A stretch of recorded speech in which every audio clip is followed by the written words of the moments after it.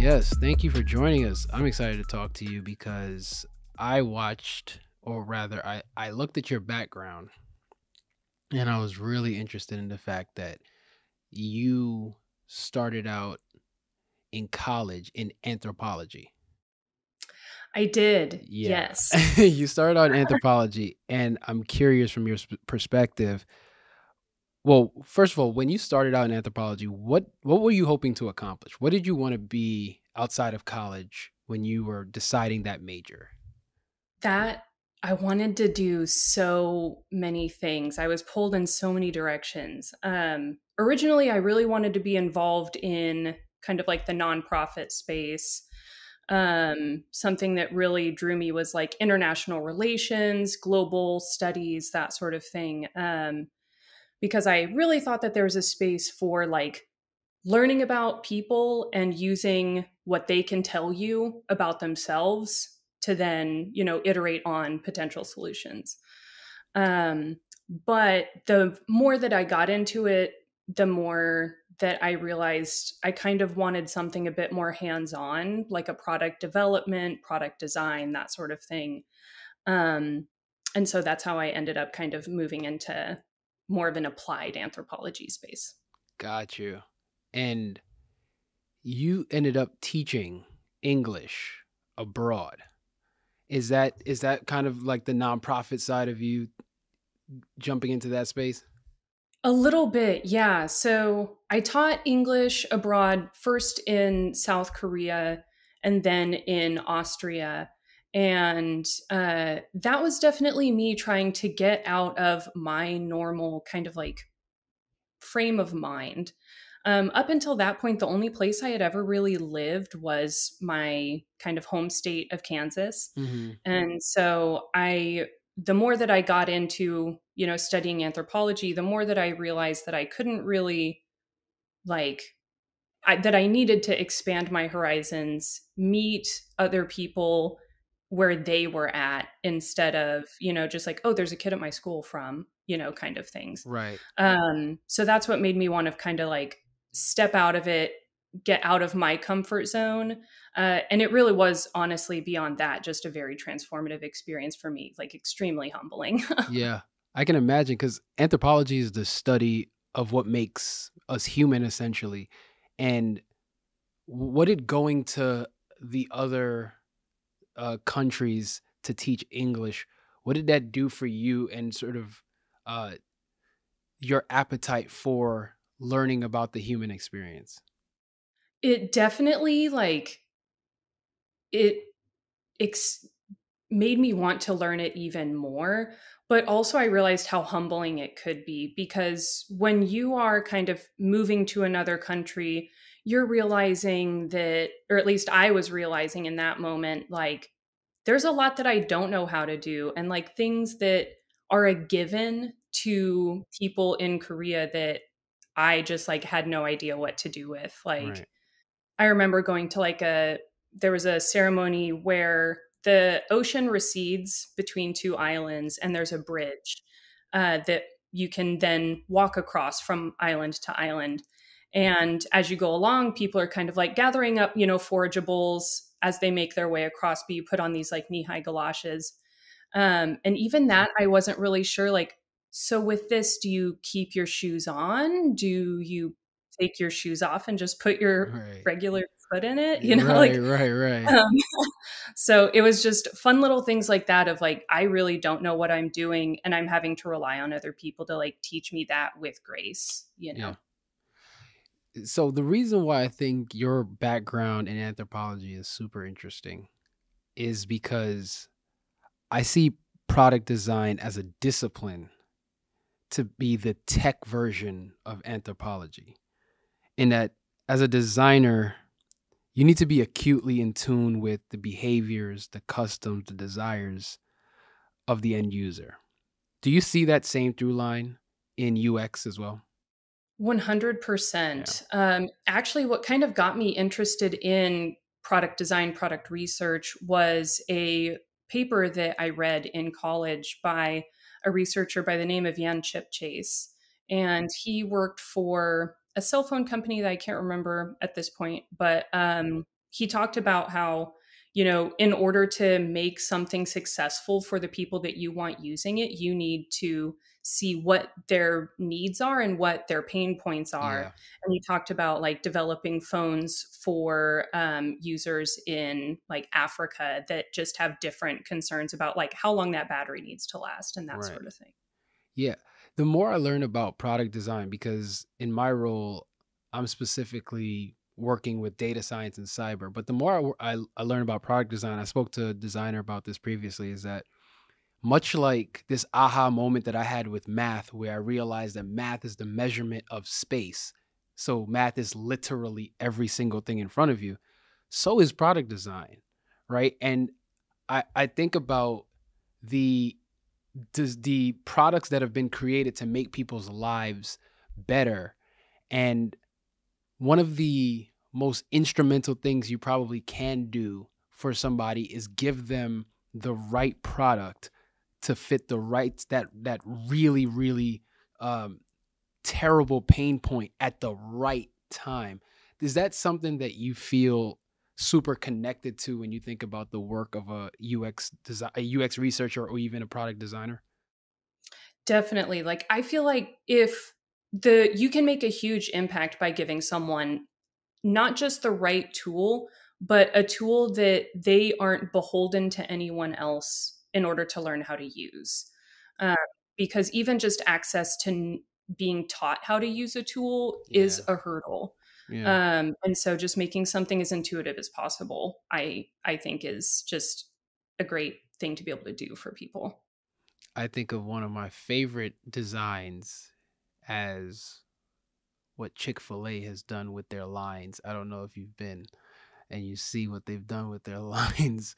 Specifically Yes. today, when I was starving and I went to lunch, I had a gentleman meet me in the middle of the line with his iPad and took my order. And as soon as I walked up, they said, "Hello, Mr. Thomas. We have your food. It's $12." I gave them my money and I got my food and got out. That to me is like it's the little things, you know.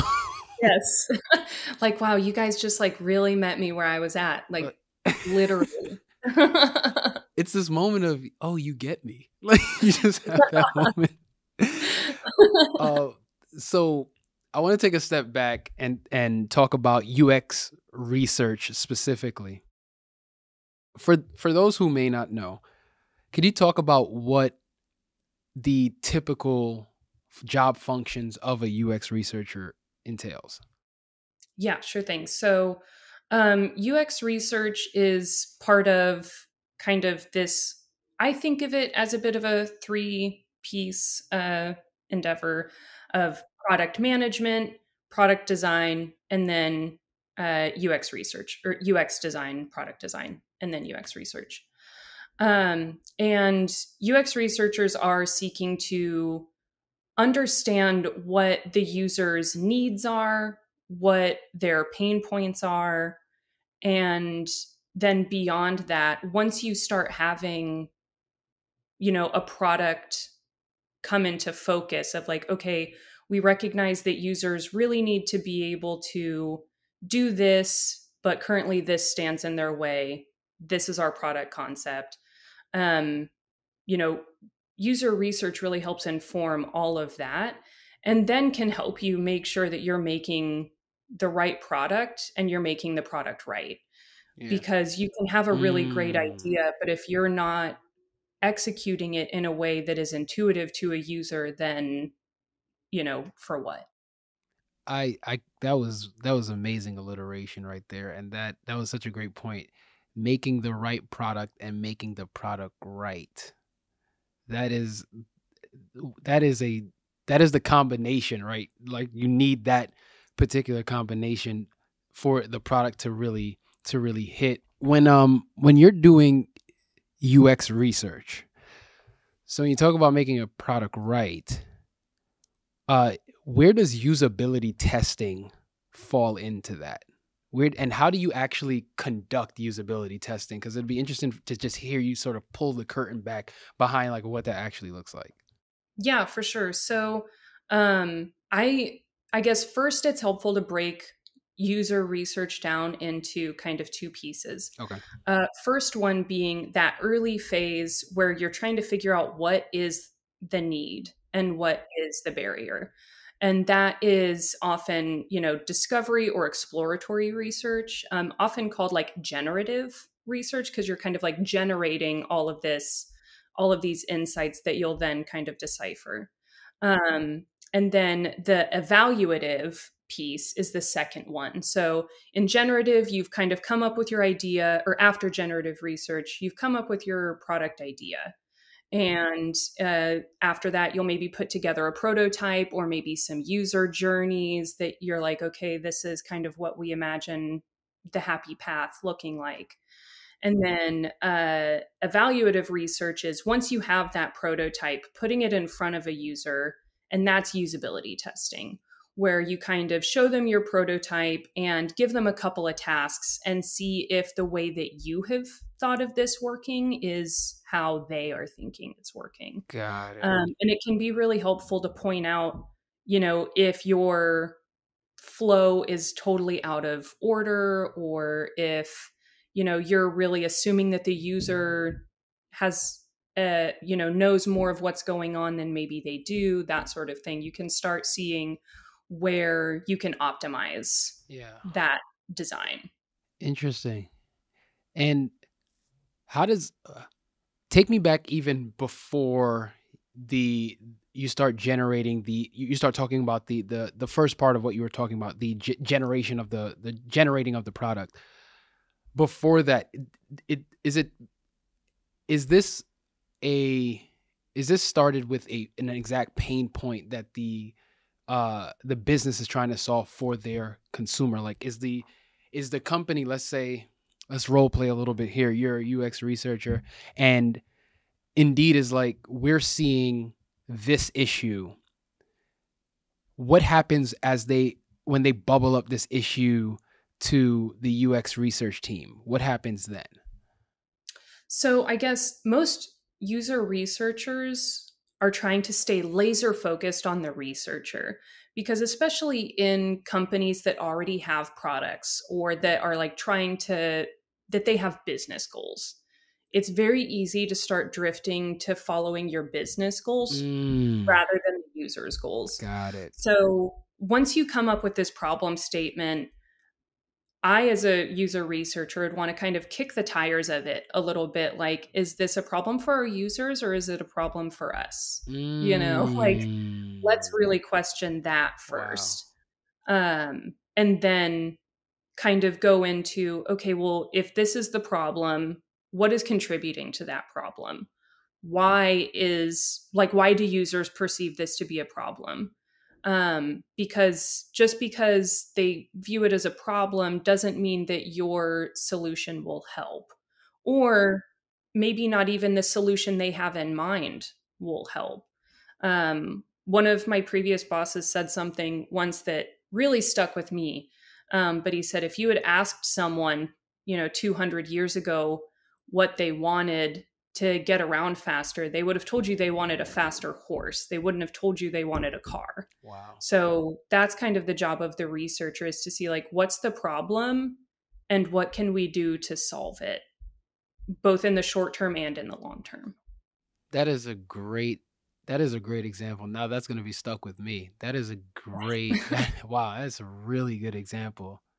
Yeah. But then at the same time, the flip side of that is that sometimes users really do know exactly what they want. Mm-hmm. And you should listen to them and like really take it seriously when they say, this is what would fix this problem for me.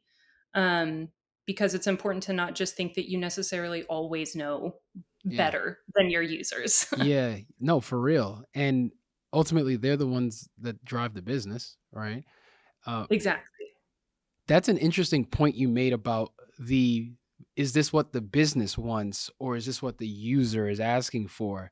And I can see from like the business's perspective how they can almost talk themselves into saying that this is what the users want.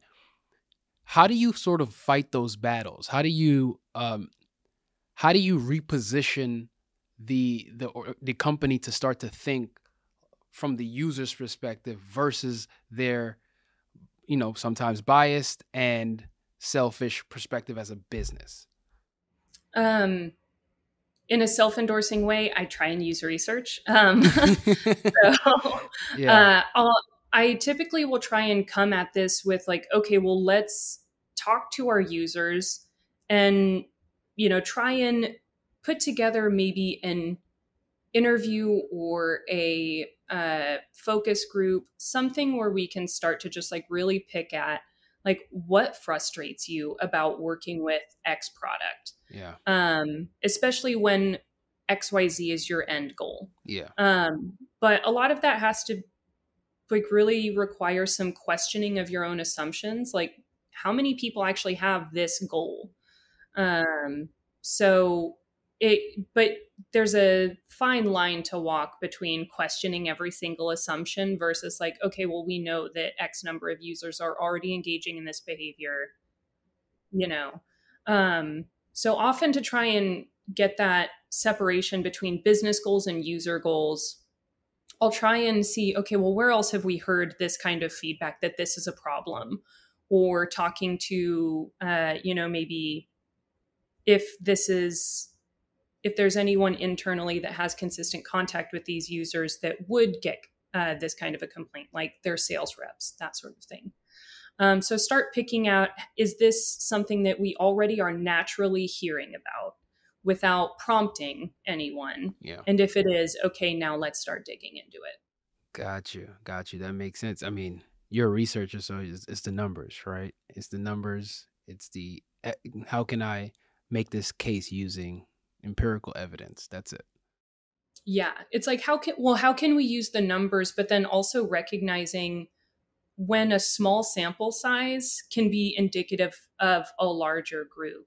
Because like the Nielsen-Norman group, they're a like usability organization that's really great. They have some great materials out there, but they've put out research that says with 5 respondents, you can uncover about 80% of usability issues.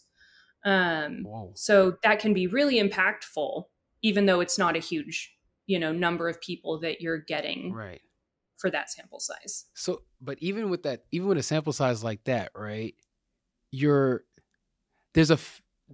Am I wrong to think that there's a fair amount of assumptions that you kind of have to make because nothing is concrete, even when a user submits something via a survey? Because cat's out the bag, I'll say it, I've definitely lied on surveys before, right?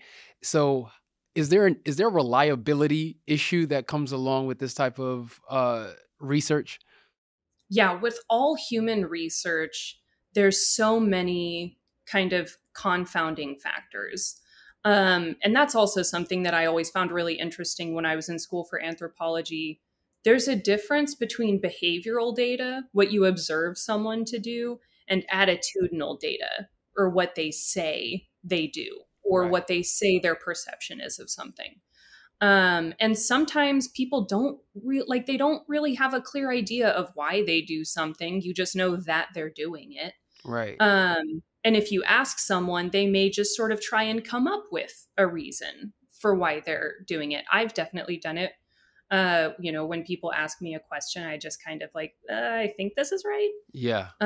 So it's very human. And actually in human research, there's lots of things that we can point to, like confirmation bias or, so many other factors that previous human research has told us confounds our research.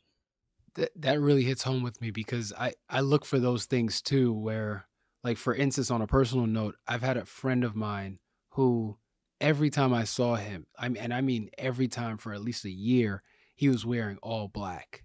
And he's not a person that would wear all black all the time. And when I asked him, like, what's with the all black? It's just the closest thing to me, or it's kind of just easy to pick up. And what I later found out is that he was going through his own internal depression that entire time, right? And what I gathered from that, using that information, was that the black was a way for him to blend in and not be noticed, right? To kind of fall into the background. And you're right, like his explanation was so far from, he was trivializing his like subconscious decision. And I'm sure like you said, as humans, we do that constantly because there has to be an explanation that I can give you for a decision that I made. I went left instead of right because of X, Y, and Z, when you have no idea. You're right-handed. That you went left because you were left-handed. That's why you went, right? Yeah. Yeah. And it's interesting because it can sometimes change like culture to culture. Yeah. Like some cultures are just more apt to agree with something if something's been posited. They'll be like, yeah, sure, that sounds good.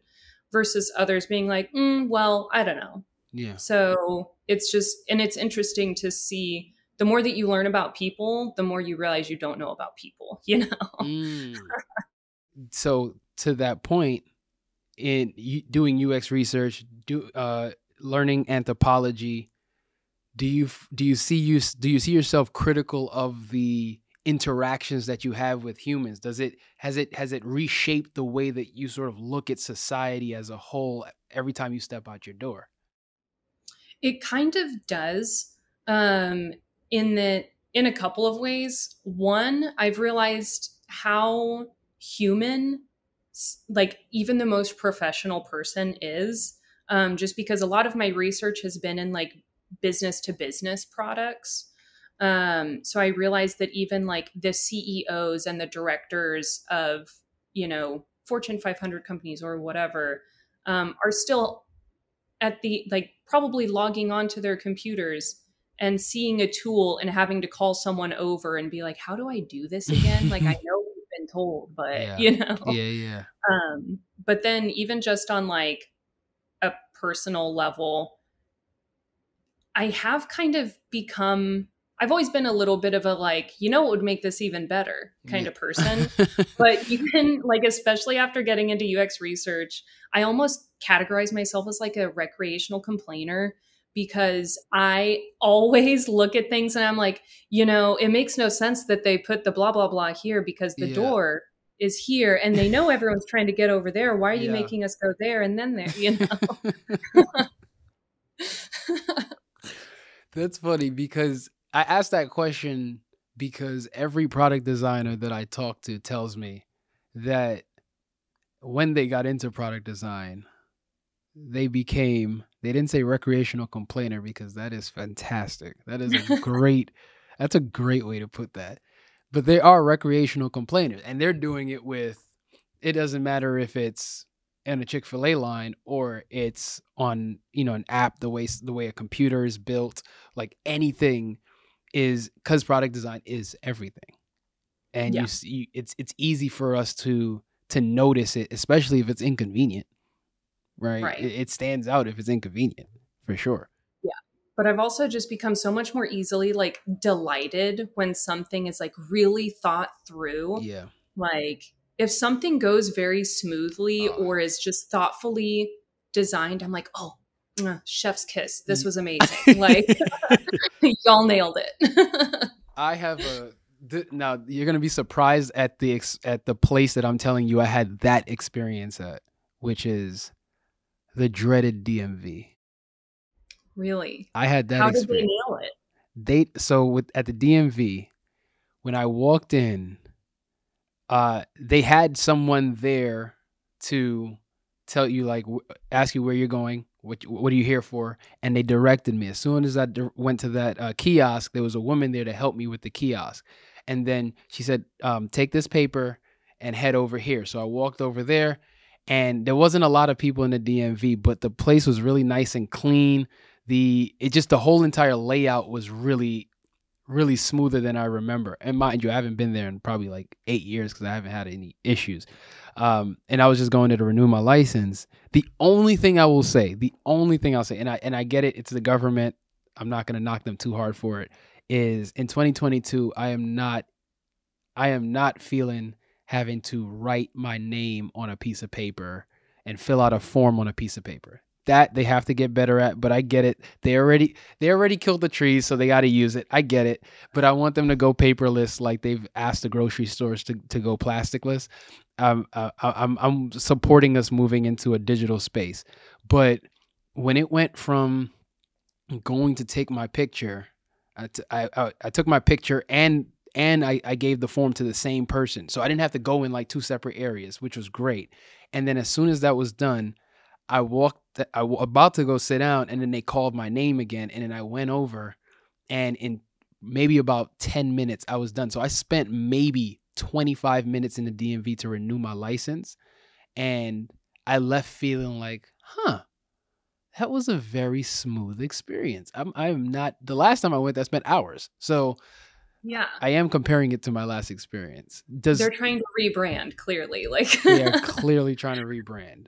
Do you have an experience that you felt chef kisses towards that you can think of off the top of your head, and what was it like? ooh, off the top of my head is tricky because I feel like over the last like year I really haven't had very many like unique experiences. Shout out COVID. Yeah. Um but I will say probably one of the best apps that I've been using that like it's the little things that they really nail. Are you familiar with the Texas grocery chain HEB? Mm-mm.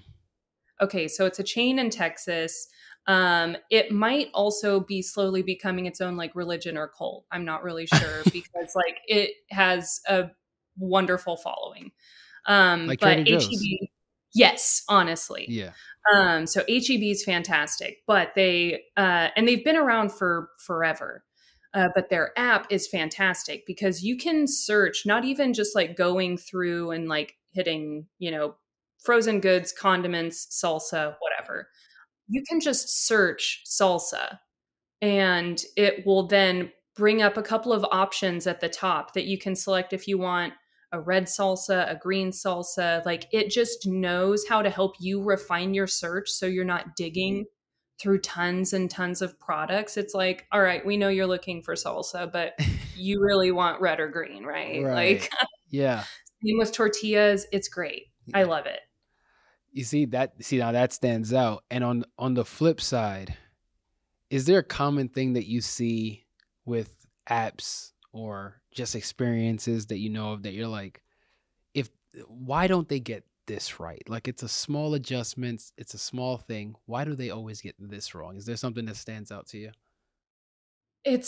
I wouldn't say there's any like one small thing because now that I've been on like the research side of it, you realize that there's more than one way to like peel an orange. Right. So, like, you may like what I may think is an obvious solution to something. I realize more and more in user sessions that there are so many different like out of left field ways that people would like something to be done. Yeah. So I do wish that a good search was easier to like nail down for companies, but then you realize how many people have like spelling issues or are not Yeah. even like trying to search in English, that sort of thing. So it becomes like Yeah. a whole free for all. Yeah. I have so much respect for product design, just people in that space, because what you're trying to do essentially is please such a wide array of people, such a wide array of potential circumstances. Um, it's it almost sounds unfathomable the amount of options that you have, especially I can't imagine for like a company like Google or something, right? Where you got, I mean, every person on the planet uses it to some Yeah. degree. And like if I type in like YouTube, it knows I'm going I'm trying to get to YouTube. And that had to be factored in. And I mean, I guess to some degree that only comes over time, right? You kind of just have to start, and then the research over time, you need time for research. Yeah. Yeah. That's also another thing that becomes tricky for UX research is that a lot of the time, you know, teams want to jump right into a solution. Like, hey, we've identified the problem. Let's do like one round of research and then fix it. And so rarely is it that easy, especially with those big, important questions that do need to be fixed fast. There really needs to be time for research. You need to gather the data, especially behavioral data through like click analytics and that sort of thing to see like, well, where are people going with this? Yeah. So yeah, that's like kind of the constant question is like, can we get the time for research? You Yeah. know? Yeah. I always wonder if companies if every company had the mindset that they were going to sort of like bake in time to ensure that uh the company was able to do the adequate research to be able to uh position themselves with the right people, how much better off they could actually be. Because I was talking to a product designer on a pod a few weeks back, and he runs a company called Really Good Emails. And by the name, they provide really good email templates. And he was talking about how great the fan base is for the product, because he really, really, really pays attention to what his users want.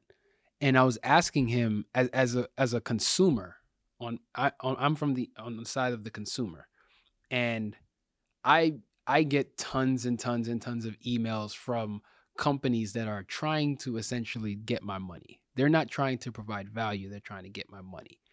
And I was asking him, does value and like I want to say consumer focused and consumer driven uh does value driven no this is not that's not how I want to say it. I'm gonna bring it back. Does value not scale, right? Because as a company, I wonder if I'll just throw a random one out there, like H&M, for instance, right? H&M is a giant retail company, and they have a ton of potential customers. But to me, what it is, when I get those emails, it's very obvious that they're trying to rope me in with a sale and get my money, right? As opposed to understanding what I, as a consumer, want from them, what they could potentially provide to me, and my particular profile, what would be best to provide me. And I just wonder if like companies start out like that because they're small and they need the customers, so they're incentivized to be incredibly value focused. So I just wonder, like, as you scale as a company, does your attention to detail in terms of the value you can provide start to diminish? What are your thoughts? Did I I think even say that right? I think I get to kind of the core of your question of like, at what point or is there a point where a company can no longer provide or no longer chooses to provide a tailored, valuable experience to their users or consumers? Right, because it doesn't scale. Like, is that the reason? I maybe I haven't worked in, and I guess retail is a kind of a unique space, but Yeah. I am, I guess I'm kind of skeptical of organizations in that I think that most things are possible. Like, I think that we probably could only send relevant content or relevant experiences to all users, but we I think that companies choose not to because that's not keeping up with the number of touch points they want. Yeah. Like, if a user only got super targeted, ads, for example, maybe that means they only get one email a month. But so few companies are okay with that being the extent of their touch point with the user. And so I feel like it's almost like this push for more. We need to fill every gap we need to fill every need this user has. And it's like, but sometimes you're just not going to get every single piece of their pie. Yeah. And you need to be okay with it. Yeah. Like, do what you do and do it good, Right. you know? Yeah. No, I 100% agree. I feel like I hear from Apple maybe once every 3 weeks, Yeah. right? I haven't even bought anything in the last year and a half, right? But they are top of mind enough, and maybe I'm only one, and like you said, you need five, right? You need five, so I get that I may not be and I get that they're like balancing a bunch of things. So you're balancing the touch points thing is something that I didn't even think of, is because top of mind, there's a lot of noise. I like to I think of like social media and your email and all of these places where advertisers can reach you, like this giant collage of advertisements, and they're all just trying to make sure that they get their eyes on, they want your eyes for maybe about 5 seconds longer than anybody else to see if maybe you'll interact with them. But I just think of the organizations and the companies and the businesses that I gravitate towards. And those are the ones that feel like they know you intimately, those are the ones that you really like. Everybody has that restaurant where you feel like they know you, Yeah, right. We were like, did you guys just hear me talk about German chocolate cake? Yeah. Like, Exactly. A question about UX research as a profession for someone trying to pivot careers. So at Flatiron School, we have a ton of people coming here because they're looking to either elevate their career or change it. And when they're looking at, let's say, UX research in particular, because we offer product design and UX research is under that umbrella, what do you think are some of the questions someone should be asking themselves if they're considering UX research? I would say the first things should be like, are you someone who is excited by curiosity? Because there will be, as with all jobs, there's frustrations with it. But if you're in it for the right reasons, then that's what is going to keep you in the field. Like I feel like I am just a very curious person, and that is what keeps me wanting to do research. So I would say, um, are you curious? Do you like to try and improve? Like, are you improvement minded Yeah. or, progress oriented? Um, and do you deal well with kind of getting into the weeds with things? Yeah. Because that's very much UX research, is like really getting into it. And like the questions that some people consider a given, you do still have to ask, Right. because you might find interesting deviations from that. Yeah. Um, and then the other being, most things can be taught. But I will say that a great strength for researchers, UX researchers specifically, is the ability to make people comfortable enough to talk about what their problems are. Because sometimes you'll think you're talking about, you know, a grocery ordering platform, and the person that you're talking to, the reason that they want to save time on their grocery ordering is because their wife is sick with cancer at home and they can't be gone long. Mm. So, maybe they just would have said like, well, I just like to get it done quick. Right. But knowing that, like, taking that back to your product team and being like, our product is literally not the top thing, like not the top priority. It's really nice to be able to put that into perspective. But making people comfortable to talk is a big thing. Wow. That's really interesting. I never even thought of it in that way, and that like the part that your product plays in someone's life. Um that reminds me of, I don't remember who said it. I think it might have been Mark Cuban or something like that, when speaking about Uber. Um whoever said this mentioned that Uber doesn't, it's not a taxi company, it's like a time saving company, right? It's like it allows you to get from one place to the other, maybe with, outside of like the alternative, which is like the train or like the bus or something like that. It's a much quicker option, and it's like right on your phone. You don't have to call a taxi or anything like that. That's a very Wow, that's a very interesting point. Never thought of. Um, this is a very random question because you mentioned focus groups earlier. Uh, what is there a industry best practice in terms of the amount of people in a focus group that you should have, like the minimum? I believe there is, but being put on the spot, I can't think of it right now. I want to say it's something like at least four, but no more than like eight or something like that. Okay.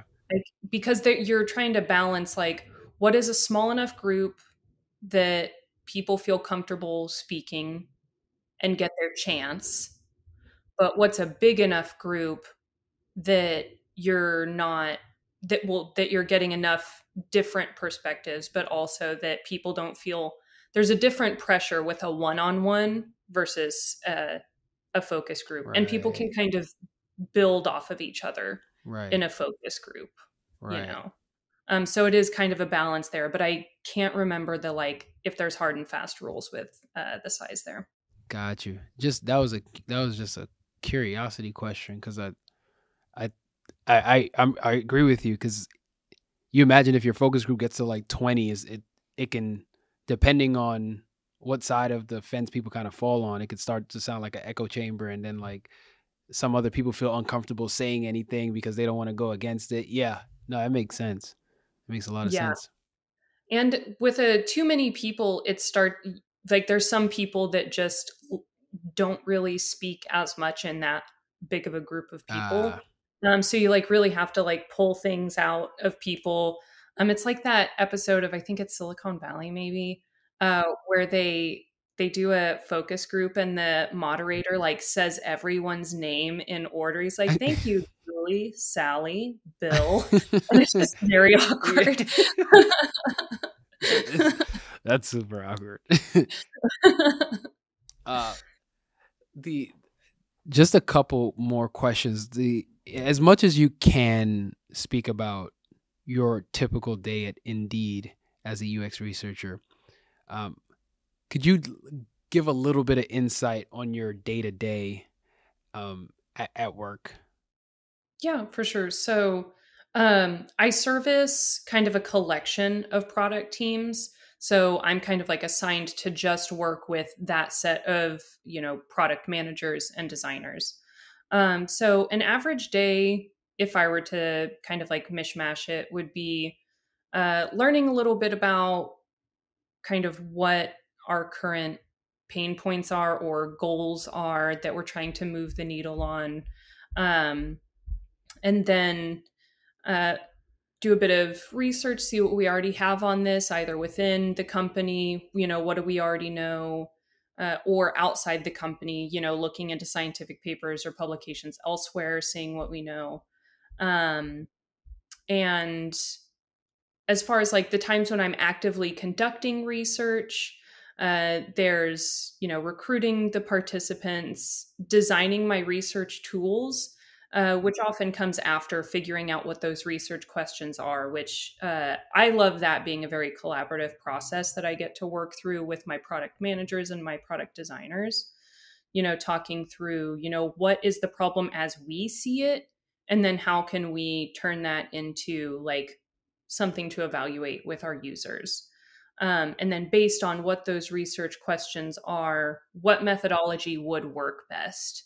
Do we really want the numbers of this, or is this something that would be best suited to, having a user map out their workflow, or, tons of different methodology options, and you can kind of read about them, see what fits best for this situation. And then devoting time to the data collection, which is typically like a multi-day thing. Um, But a lot of my time is spent, just reading and doing analysis for data that's already been collected or that I have already collected. So lots of just reviewing video, reviewing audio, reviewing screen shares and marking things down.